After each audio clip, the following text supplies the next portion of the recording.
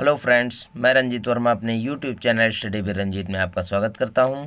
Friends, आज का हमारा वीडियो कक्षा 10 हिंदी पद्य खंड के सूरदास जी द्वारा रचित सूरसागर के पद्य खंड से अवतरित है। बच्चों, इस वीडियो में मैंने सूरदास जी द्वारा रचित 10वें पद्यांश की व्याख्या का वर्णन मैंने अपने वीडियो में किया है और ये बहुत ही महत्वपूर्ण है। तो बच्चों, हम देखते हैं पद्यांश संख्या 10 का संदर्भ सहित अर्थ और व्याख्या। तो बच्चों, देखते हैं हमारा जो 10वां पद्यांश है जो कि सूरदास जी के पद शीर्षक से लिया गया है। इसमें उन्होंने कहा कि निर्गुण कौन देश को वासी, यानी इसमें कहा गया कि सूरदास जी कहते हैं कि निर्गुण कौन देश को वासी, मधुकर कही समझाए सौंह दे, बूझत साचना हासी। को है जनक कौन है जननी, कौन नारी कौन दासी, कैसो वरन भेष है कैसो, किहि रस में अभिलाषी। पाओगे पुण्य कियो आपनो, जोर करेगो गासी, सुनत मौन होय रहो बावरे, सूर सबे मति नासी। तो यहाँ पर देखिए बच्चों, पद्यांश संख्या 10 जो कि सूरदास जी द्वारा रचित सूरसागर के पद्य खंड से लिया गया है। अब बच्चों, ये बहुत बार परीक्षा में रिपीट हुआ है। निश्चित रूप से इस बार भी जितने पद्यांश मैंने पढ़ाए, निश्चित रूप से इन्हीं में से कोई पद्यांश 2 पूछे जाएंगे, जिसमें से एक को आपको व्याख्या, यानी एक की आपको व्याख्या करनी होगी। तो बच्चों देखिए, पूरा क्लियर है कि इसी चैप्टर से आएगा। तो बच्चों, यहाँ पर सबसे पहले मैंने बताया था कि पद्यांश की जो व्याख्या की जाती है, सबसे पहले पद्यांश का हम पहला शब्द लिख देते हैं निर्गुण, फिर डॉट डॉट करते चले जाते हैं और पद्यांश का लास्ट शब्द मतिनासी लिख देते हैं।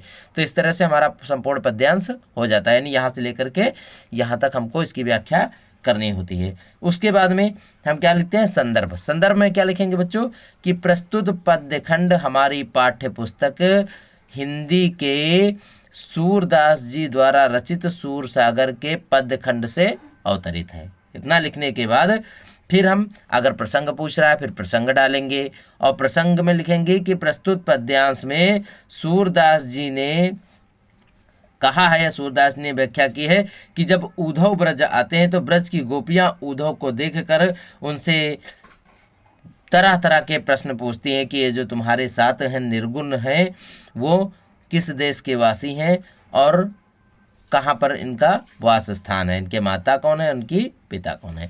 तो इस तरह से जो गोपियाँ पूछती हैं उद्धव से, उसके बारे में वर्णन किया गया है। अब बच्चों, इसमें देखते हैं व्याख्या में क्या लिखा जाएगा। व्याख्या में कैसे, तो व्याख्या में देखिए यहाँ पर हम आपको बताने जा रहे हैं, बहुत ध्यान से सुनना है कि निर्गुण कौन देश को वासी, यानी इसमें गोपियाँ उद्धव से कहती हैं या उद्धव को संबोधित करती हुई कहती हैं कि हे उद्धव, ये जो निर्गुण ब्रह्म अर्थात भगवान श्री कृष्ण जो तुम्हारे पीछे चल रहे हैं, ये किस देश के वासी हैं, यानी कौन से देश के वासी हैं, अर्थात किस देश के रहने वाले हैं। मधुकर का ही समझाए सौंह दे, मधुकर का ही समझाए सौंह दे, यानी इसमें कहा गया है कि हे उद्धव, हम तुमको, गोपियाँ कहती कि हे उद्धव, हम तुमको सौंह दे, सौंह दे का अर्थ होता है अपनी शपथ दिला करके पूछ रहे हैं कि ये जो तुम्हारे साथ निर्गुण ब्रह्म अर्थात भगवान श्री कृष्ण चल रहे हैं, ये किस देश के निवासी हैं। बूझत साच नहासी, यानी हम आपसे बिल्कुल सत्य सत्य पूछ रहे हैं, कोई हंसी मजाक नहीं कर रहे हैं। बूझत साच न हासी, यानी हम आपसे बिल्कुल सत्य सत्य पूछ रहे हैं। हासी का अर्थ होता है हंसी मजाक करना, यानी हम आपसे कोई हंसी मजाक नहीं कर रहे हैं कि ये जो आपके साथ निर्गुण ब्रह्म अर्थात भगवान श्री कृष्ण चल रहे हैं, ये किस देश के निवासी हैं। आगे फिर गोपियाँ क्या पूछती हैं कि को है जनक कौन है जननी, हे उद्धव, ये जो आपके साथ निर्गुण परब्रह्म चल रहे हैं अर्थात भगवान श्री कृष्ण चल रहे हैं, तो को है जनक, यानी इनके जनक माने पिता, इनके पिता कौन है और कौन है जननी और इनकी माता कौन है। जननी का अर्थ होता है माता, यानी इनकी माता कौन है। कौन नारी कौन दासी, यानी और इनकी नारी का अर्थ होता है पत्नी, यानी इन परब्रह्म के अर्थात निर्गुण परब्रह्म की पत्नी कौन है और कौन इनकी दासी है। कौन दासी का सेविका, यानी और इनकी सेविका कौन है। इन सब बातों का हमें सही सही उत्तर दीजिए। कैसो वरन भेषो है कैसो की रस में अभिलाषी, यानी इनका रूप रे, यानी कह सकते हैं रूप रंग कैसा है और इनकी वेशभूषा, वेश कैसे यानी इनका रूप रंग कैसा है और इनकी वेशभूषा कैसी है, तथा किस रस में अभिलाषी यानी और कौन से रस में ये अधिक निष्ठा रखते हैं या किस रंग रस से ये अधिक लगाव रखते हैं। इन सब बातों का यानी हे उद्धव, इन सब बातों का हमें सही सही उत्तर दीजिए।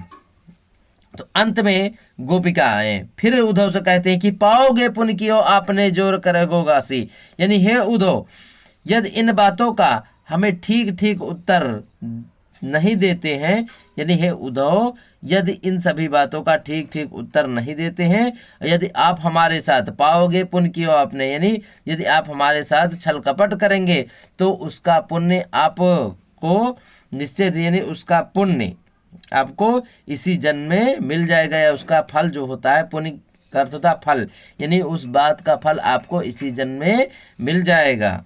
इसलिए आप हमसे हंसी मजाक मत कीजिए और हमारे प्रश्नों का सही सही उत्तर दीजिए। सुनत मौन हुए रहो बावर सूर सबय मतिनासी, यानी इतनी गोपिकाओं की इतनी बात को सुनकर के उद्धव मौन हो जाते हैं, अर्थात बिल्कुल बावरे हो जाते हैं और एक चुप हो जाते हैं, और सूर सबय मतिनासी और उद्धव का सारा ज्ञान उन ब्रज की गोपियों के सामने नष्ट हो जाता है और वे एक भी उत्तर उनको नहीं दे पाते हैं। तो बच्चों इस तरह से आपको इस पद्यांश की व्याख्या करनी है। बच्चों हमारा वीडियो आपको कैसा लगा इसके लिए कमेंट्स के जरिए ज़रूर बताएं, तथा यदि अभी तक आपने हमारे चैनल को सब्सक्राइब नहीं किया तो सब्सक्राइब करके बेल आइकन दबाना ना भूलें। Thank you.